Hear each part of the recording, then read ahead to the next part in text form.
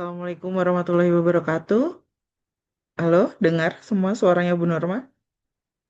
Waalaikumsalam. Terdengar, Bu. Oh ya, terdengar. Terima kasih. Ya, terdengar Bisa, masih ada. oke, terima kasih kalau udah terdengar. Bisa ini minta tolong di on videonya dulu. Mau Bu Norma screenshot dulu sebentar.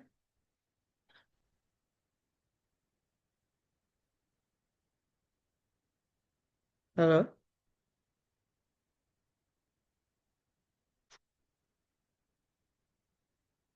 oke, minta tolong videonya di ini hidupkan dulu. Mau Bu Norma screenshot?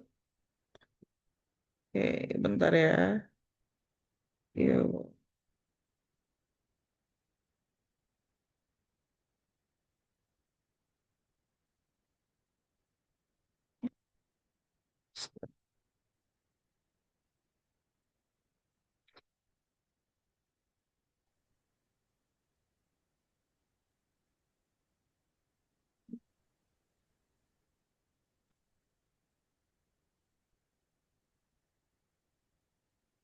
Oke, terima kasih. Kemarin Bu Norma terakhir terkait dengan surat kuasa ya. Ini minggu pagi ya, tapi kita tetap kuliah. Semoga masih tetap semangat. Materi hari ini kita masuk mengenai pembuatan surat gugatan. Tentunya kalian kemarin sudah semuanya gitu ya membuat surat gugatan dan sudah dinilai Bu Norma juga. Bisa kalian lihat di hasil kalian gitu mungkin ada saran atau kritik dari Bu Norma gitu atau rata-rata sebenarnya sudah bagus gitu. Nah, kemarin setelah surat kuasa ini mengenai surat gugatan begitu. Jadi kalau kemarin gitu sebelumnya pasti kalian sudah lulus yang namanya hukum acara perdata begitu. Kalian juga belajar mengenai terkait lingkungan-lingkungan peradilan yang ada di Indonesia. Jadi di Indonesia itu kan ada berbagai jenis peradilan begitu. Ada yang tahu mungkin jenis peradilannya apa saja? Izin menjawab, Bu. Ya, silahkan. Ada pengadilan agama, pengadilan negeri, ada pengadilan tinggi agama, ada petun, Bu. Oke, ada pengadilan agama ya, terus ada pengadilan tata usaha negara atau PT UN gitu, ada peradilan umum, ada juga peradilan militer begitu tadi ya. Dan di gugatan ini itu biasanya di kasus apa kalau kita belajar soal gugatan? Harusnya di peradilan apa biasanya kalau gugatan? Apakah semua Izin peradilan menjawab, Bu. pasti ada gugatan? Iya, boleh. Yang saya tahu di pengadilan agama, Bu. Biasanya ada gugatan cerai yang kayak gitu. Oke, Ada di di pengadilan agama saja. pengadilan negeri juga mungkin, Bu, yang war prestasi yang kayak gitu. Oke, kalau kemarin pada bikinnya di pengadilan mana? Di tugas kemarin. Pengadilan negeri ya. Oke, pengadilan negeri kemarin pada buatnya di pengadilan negeri ya. Jadi kan ya tadi benar ada peradilan agama gitu ya, ada peradilan tata usaha negara, ada peradilan umum, sama ada peradilan militer. Kalau pengadilan agama itu kan kita nanti tuntutannya kasusnya adalah terkait keperdataan syariah gitu ya, atau terkait ya kompetensi mereka gitu ya. Terus kalau peradilan tata usaha negara itu kan terkait dengan apa keputusan gitu ya pejabat negara. Terus kalau peradilan umum itu adalah ada pengadilan negeri gitu ya di tingkat pertama biasanya pengadilan negeri terus tingkat selanjutnya gitu ya biasanya kalau kita mengajukan kalau tingkat pertama itu kurang pas kita lanjutkan ke tingkat berikutnya yaitu pengadilan tinggi gitu ya mengajukan banding. Tapi di pengadilan negeri pun gitu ada peradilan-peradilan khususnya, bisa peradilan niaga, terus ada juga peradilan anak, terus peradilan hubungan industrial dan lain sebagainya itu di bawah peradilan umum begitu.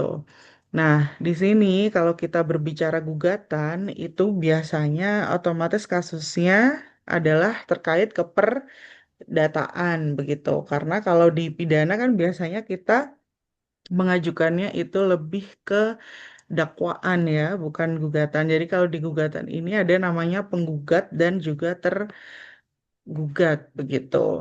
Nah, di sini kita bicara gitu ya kan masalah yang biasanya di lingkungan peradilan umum gitu. Bisa juga permohonan, cuma permohonan biasa gitu ya, atau sebutannya dengan istilah gugatan volunteer atau gugatan permohonan secara sepihak tanpa ada pihak lain yang ditarik sebagai tergugat. Itu biasanya contohnya itu permohonannya itu lebih ke penetapan begitu. Jadi tidak ada lawannya begitu, lebih ke penetapan anak atau penetapan ahli waris kayak gitu. Jadi hanya bentuknya permohonan untuk adanya penetapan begitu.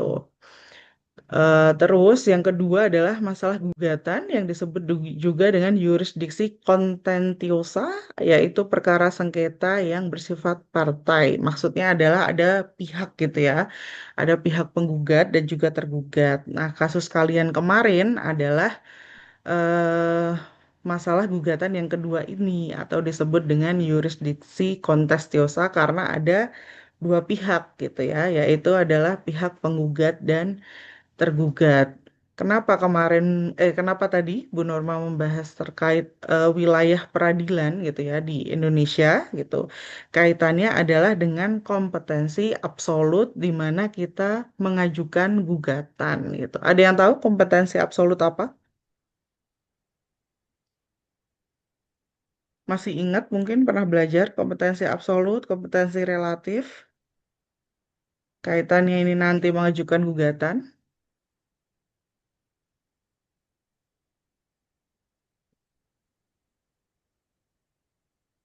Atau oke, mungkin agak lupa ya. Jadi kalau kompetensi absolut, maaf, kompetensi absolut ini adalah kaitannya adalah wilayah pengadilan mana yang berwenang untuk menyelesaikan sengketa begitu. Jadi contohnya adalah kalau kita mau mengajukan kasus PKPU atau kepailitan, itu pengadilan yang berwenang pengadilan apa? Ada yang tahu?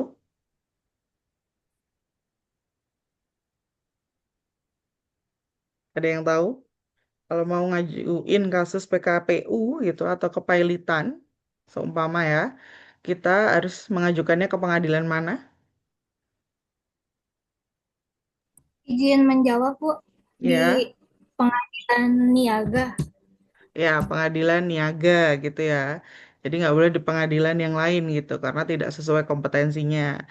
Terus contohnya kalau kasus cerai gitu bisa di pengadilan mana? Perceraian di pengadilan agama, Bu. Oke, kalau perceraian bisa dua ya sebenarnya ya. Bisa pengadilan agama gitu ya, yang khusus beragama Islam.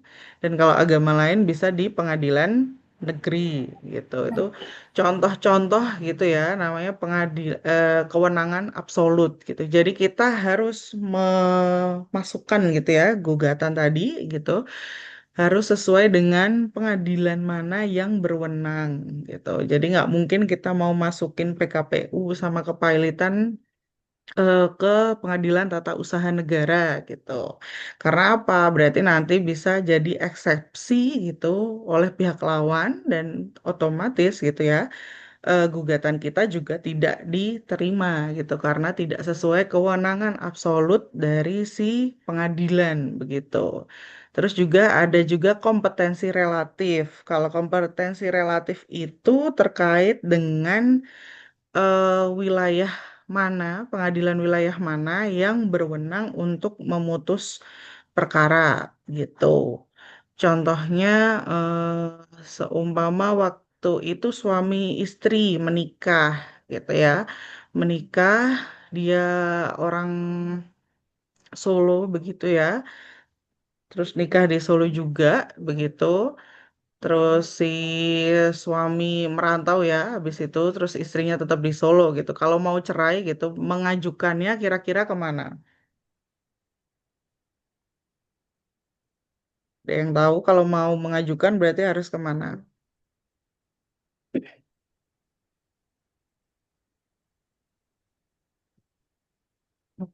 Ada yang tahu? Halo?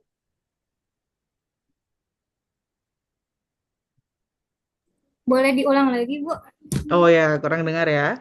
Seumpama suami istri gitu ya, menikah gitu ya, di Solo begitu seumpama gitu. Setelah itu mereka apa LDR gitu ya, yang istri tetap di Solo, yang suami di Jakarta gitu. Ketika si suami mau mengajukan eh, talak begitu ya, itu mengajukannya ke pengadilan mana? Izin menjawab, Bu. Kayaknya Ya, di tempat yang orang yang ngajuin ya, Bu, di Jakarta ya? Mungkin di oh di Jakarta ya? Jakarta Di ya. Oke, oke, Sesuai ke kediaman tempat tinggal yang mengajukan gugatan, Bu. mengajukan. oke, Iya, oke. betul. Sebenarnya ada ya prinsip seperti itu memang juga ada gitu. Tapi kaitannya dengan ini cerai gitu ya. Tadi menikahnya di Solo, terus yang mau ditalak adalah si istri itu domisili di Solo gitu. Karena prinsip di kalau mau cerai itu juga melindungi hak yang wanita ya. Sebagai nanti yang apa mau ditalak begitu, harusnya ajuannya adalah di pengadilan agama sama Islam ya. Berarti pengadilan agama Surakarta begitu.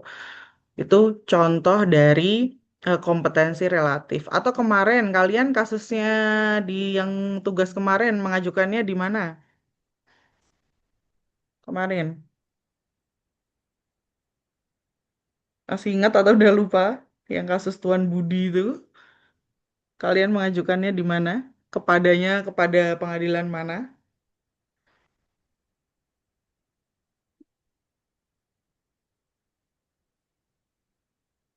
Udah lupa? Di pengadilan mana kemarin? Atau tidak ditulis? Cuma di titik-titik-titik begitu? Jadi kalau nanti membuat tugas itu ya berhubungan dari surat kuasa sampai akhir itu konsisten ya. Jadi jangan hanya di titik-titik semua diisi gitu. Pengadilannya mana, para pihaknya siapa, advokatnya kalian yang pura-pura jadi advokat boleh gitu atau nama lain gitu. Jadi semua harus diisi termasuk alamatnya. Kalau kasus kalian kemarin ya gitu, Tuan Budi sama Tuan ini sebenarnya nggak ada apa tertulis alamatnya di mana, tapi kalian bisa buat lah ya. Tapi kan lokasi tanah di Bogor ya, gitu. Kalian bisa aja gitu ya membuat domisili Tuan Budi dan lainnya pihak lawan itu di Bogor, terus tanah di Bogor, berarti mengajukannya di mana kasusnya kemarin? Di Bogor, Bu. Pengadilan mana? Pengadilan mana kemarin? Pengadilan agama, pengadilan negeri? Pengadilan, Pengadilan Negeri Bogor, Bu. Ya, pengadilan pengadilan negeri. Ya, Pengadilan Negeri Bogor. Jadi itu yang dimaksud dengan kompetensi relatif gitu ya, karena itu kasus tanahnya di Bogor, terus alamat para pihak juga di Bogor gitu. Kita mengajukannya apa terkait dengan kompetensi absolut gitu ya, karena kemarin ada lahuan prestasi gitu ya. Berarti kita ke pengadilan negeri. Nah, terkait dengan kompetensi relatifnya gitu. Berarti pengadilan negeri mana? Pengadilan negeri Bogor gitu. Jadi kalau kewenangan absolut tadi gitu ya terkait dengan gitu pengadilan mana gitu yang berhak memutus, memeriksa, mengadili perkara gitu ya. Tadi bisa pengadilan agama, petun, peradilan umum, terus peradilan militer tadi bisa dipilih sesuai kewenangannya. Terkait kompetensi relatif itu adalah terkait dengan wilayah mana pengadilannya yang berhak memutus perkara.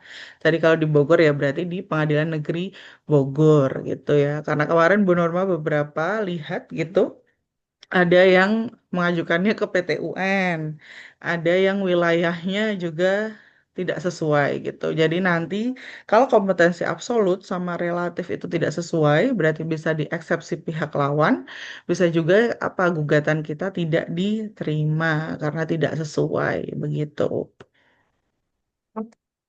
Nah, lanjut.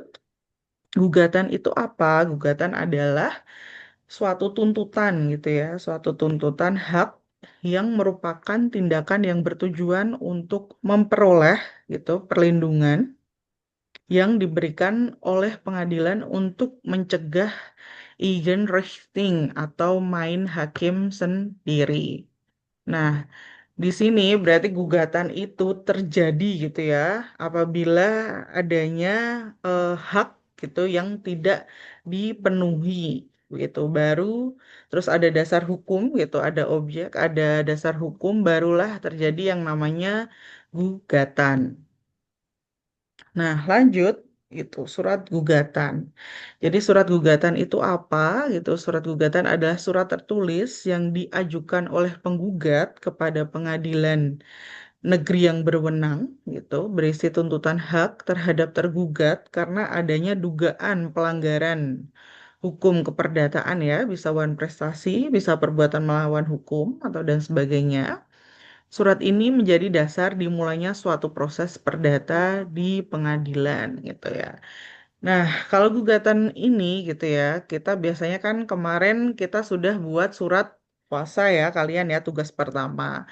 Otomatis ketika membuat surat gugatan, kalian juga harus menulis kuasa hukumnya gitu ya, bertindak mewakili gitu ya sebagai penerima kuasa, mewakili penggugat gitu untuk mengajukan surat gugatan gitu. Karena beberapa tugas kemarin ada yang langsung hanya menulis penggugat atau pemberi kuasa gitu. Padahal di tugas pertama kan ada surat kuasa gitu. Jadinya kita tadi harus selalu berhubungan. Kalau yang pertama membuat surat kuasa, yang kedua gitu. Ketika membuat gugatan gitu ya, kita tetap harus mencantumkan identitas dari kuasa hukum atau advokat gitu yang bertindak untuk mewakili penggugat gitu. Atas dasar surat kuasa tertanggal kapan gitu. Jadi harus lengkap gitu. Karena kemarin Bu Norma lihat beberapa gitu banyak yang tidak ada advokatnya atau kuasa hukumnya gitu. Seumpama ini nanti gitu ya pada tertarik menjadi mahasiswa-mahasiswi di sini gitu ya. Tertarik untuk menjadi advokat gitu kan. Biasanya ujiannya contohnya di Pradi gitu. Itu biasanya ada kasus gitu ya. Di situ tugasnya nanti harap membuat gugatan gitu ya. Jangan sampai hanya membuat surat gugatannya. Harus juga sebelumnya membuat surat kuasa, terus membuat surat gugatannya. Jadi walaupun di situ tidak ada perintah gitu ya untuk membuat surat kuasa gitu, kalian harus tetap membuat surat kuasa dulu, baru surat gugatan gitu. Itu saling berhubungan runtutannya. Nah, dasar hukum surat gugatan itu ada di pasal 118 HIR atau pasal 142 RBG. Jadi gugatan perdata harus diajukan ke pengadilan negeri tempat tinggal tergugat. Selanjutnya, jurisprudensi dan praktik peradilan memperkuat pentingnya bentuk dan substansi surat gugatan agar tidak dinyatakan kabur atau obscurable atau tidak dapat diterima atau need onafhankelijk verklaard. Jadi surat gugatan ini kan isinya kan ya dasar hukum gitu, terus subjeknya, terus hubungan hukum kenapa hak itu tidak terpenuhi gitu harus jelas gitu dicantumkan di dalam surat gugatan sehingga gitu ya. Kalau dijelaskan secara lengkap di situ, posita dan petitum gitu, itu menjadi surat gugatannya itu kuat gitu dan kasus kalian tidak akan dinyatakan scorable gitu atau dinyatakan apa tidak dapat diterima gitu kalau tidak jelas dasar hukumnya, terus substansi hukum dan hubungan hukumnya itu harus saling berhubungan dengan jelas. Nah, tujuan pembuatan surat gugatan itu apa? Yang pertama, menjelaskan dasar hukum gitu dan fakta yang menjadi dasar tuntutan. Gitu. Dasar tuntutannya apa, dasar hukumnya apa, mengapa ini terjadi semua perbuatan melawan hukum atau mengapa kita mendalilkan hal tersebut terjadi wan prestasi gitu. Jadi harus jelas dasar hukumnya dan fakta yang menjadi dasar tuntutan gitu atau dasar perkaranya itu saling berhubungan itu seperti apa. Terus dua, menjadi pedoman proses pembuktian di persidangan gitu kan. Jadi kita dari membuat gugatan, terus nanti ada saling jawab jinawa pada replik duplik begitu. Setelah itu kalau kita dasar terus terjadi perkaranya gitu, pedoman buktinya itu jelas bukti apa saja yang harus kita lampirkan gitu dari gugatan atau yang kita dalilkan di dalam gugatan. Itu harus ada di pembuktian begitu. Terus, oh ya, terkait dengan tugas pembuktian ya, mungkin ada yang belum membuat atau ada yang mau revisi. Jadi di dalam pembuktian itu kan harus lengkap gitu ya. Buktinya apa saja gitu, P1, bukti apa, semama perjanjian atau kwitansi begitu. Kalian jelaskan juga fungsi dari apa dokumen tersebut itu untuk memperkuat dalil gugatan apa gitu. Perjanjian bahwa telah benar terjadi perjanjian antar pihak yang mengikat para pihak, surat perjanjian tertanggal kapan dan lain sebagainya begitu. Jadi pembuktiannya itu gitu ya, memang memperkuat dalil dari gugatan. Terus tiga, memberikan informasi lengkap kepada hakim dan tergugat mengenai duduk perkara gitu ya. Makanya di gugatan kan jelas pasti kalian menulis bahwa terjadi perjanjian antara A dan B pada tanggal gini-gini gini terkait perjanjian apa begitu. Dua, bahwa telah gitu. Jadi runtut itu bahwa eh, pihak A telah membayar sebesar ini bahwa pihak B telah tidak menepati perjanjian karena apa begitu. Jadi harus runtut gitu dari awal sampai akhir, terus akhirnya mengapa kalian mendalilkan gitu telah terjadi apa hak yang tidak terpenuhi, entah itu PM, entah itu bahan prestasi dan lain sebagainya ya. Nah, ini biasanya kemarin kalian nulis gugatannya Wan Prestasi atau PMH? Halo, ada yang masih di Halo? Kemarin pada Wan menulis PMH, prestasi, Wan wan Prestasi. prestasi Bu kalau Oke, oke, Wan Prestasi betul. Jadi di sini gitu ya, ketentuan mengenai Wan Prestasi karena biasanya kadang ada yang masih rancu gitu antara Wan Prestasi atau PMH begitu. Jadi di sini ketentuan dasar mengenai wan prestasi diatur dalam pasal 1243 KUH Perdata yang berbunyi penggantian biaya, kerugian, dan bunga karena tidak terpenuhinya suatu perikatan mulai diwajibkan bila debitur walaupun telah dinyatakan lalai tetap lalai untuk memenuhi perikatan itu atau jika sesuatu yang harus diberikan atau dilakukannya hanya dapat diberikan atau dilakukannya dalam waktu yang melampaui waktu yang telah ditentukan.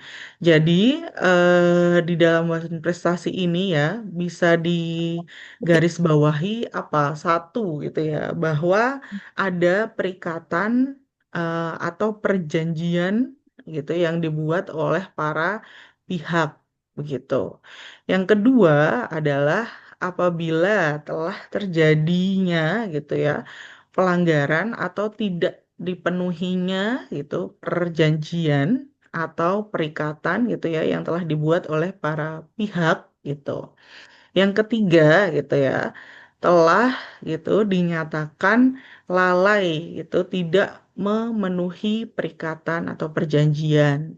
Nah, jika memenuhi tiga hal ini gitu, berarti gitu bisa dinyatakan pihak tersebut telah melakukan wan prestasi begitu. Jadi di gugatan gitu ya, kita harus menekankan tiga poin ini gitu yang paling penting. telah adanya perjanjian atau perikatan tadi gitu, telah tidak dilaksanakannya perjanjian atau perikatan tadi gitu atau melampaui waktu begitu. Terus ketiga telah dinyatakan lalai gitu atau tetap lalai tidak memenuhi perjanjian tersebut gitu. Nah, bedanya dengan PMH gitu ya. PMH ini kan tiap perbuatan yang melanggar hukum dan membawa kerugian kepada orang lain gitu, mewajibkan orang yang menimbulkan kerugian itu karena kesalahannya untuk menggantikan kerugiannya tersebut. Contoh gitu ya, ada tanah kosong nih gitu. Terus orang tiba-tiba di situ gitu membuat usaha gitu ya, tiba-tiba jualan di situ atau buat rumah di situ kan ada kasus-kasus banyak seperti itu ya. Itu kan berarti melakukan perbuatan melawan hukum gitu karena menduduki atau menguasai tempat tersebut itu tanpa hak begitu. Kalau dari penjelasan ini PMH sama One Prestasi, bedanya yang mencolok apa deh yang bisa membedakan? Paling mencolok yang terlihat.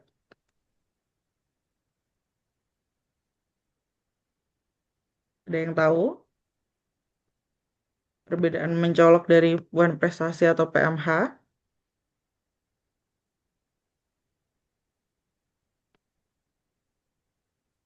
Nah, perbedaan yang mencoloknya apa? Yaitu adalah kalau One Prestasi itu gitu ya, pasti ada yang namanya perjanjian gitu atau perikatan. Makanya disebut One Prestasi atau tidak melaksanakan prestasi itu yang paling terlihat mencolok gitu ya, perbedaan antara PMH atau perbuatan melawan hukum gitu dengan One Prestasi. Nah, selanjutnya unsur-unsur penting gitu dalam surat gugatan gitu ya. Itu yang pertama, ada identitas para pihak. Nah, para pihak itu siapa? Nah, adalah kalau di gugatan otomatis penggugat dan tergugat. Paling tidak ada nama, umur, pekerjaan, alamat gitu ya.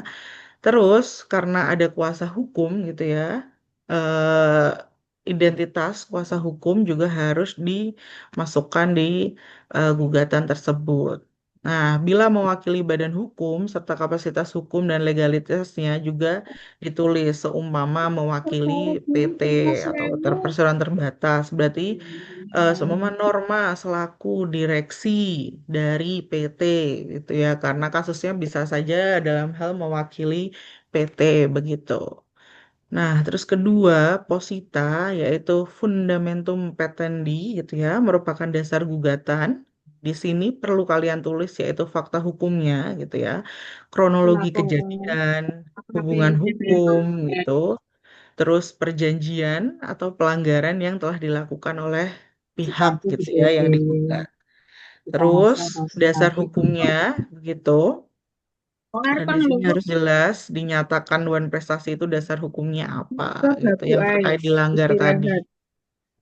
Terus petitum yaitu tuntutan hukum adalah permohonan gitu atau tuntutan penggugat kepada hakim gitu bisa petitum primer gitu pokok. Jadi kemarin di tugas kalian gitu ya karena ada petitum primernya gitu yang pokok gitu harus gitu ya memohon agar gitu ya hakim menyatakan tergugat melaksanakan telah melakukan one prestasi gitu atau tergugat one prestasi itu harus tegas gitu ditulis di dalam petitum gitu.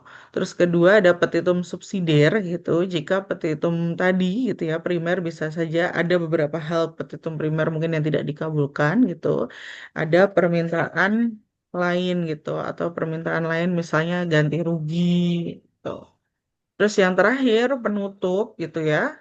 Permohonan agar gugatan dikabulkan untuk seluruhnya gitu. Terus tanda tangan penggugat dan kuasa hukumnya. Kemarin Bu Norma lihat ya beberapa tugas itu masih belum ada tanda tangan para pihaknya. Jadi bisa dilengkapi nanti untuk tugas-tugas selanjutnya gitu ya. Kalau ada tanda tangan ya harap ditanda tangani begitu.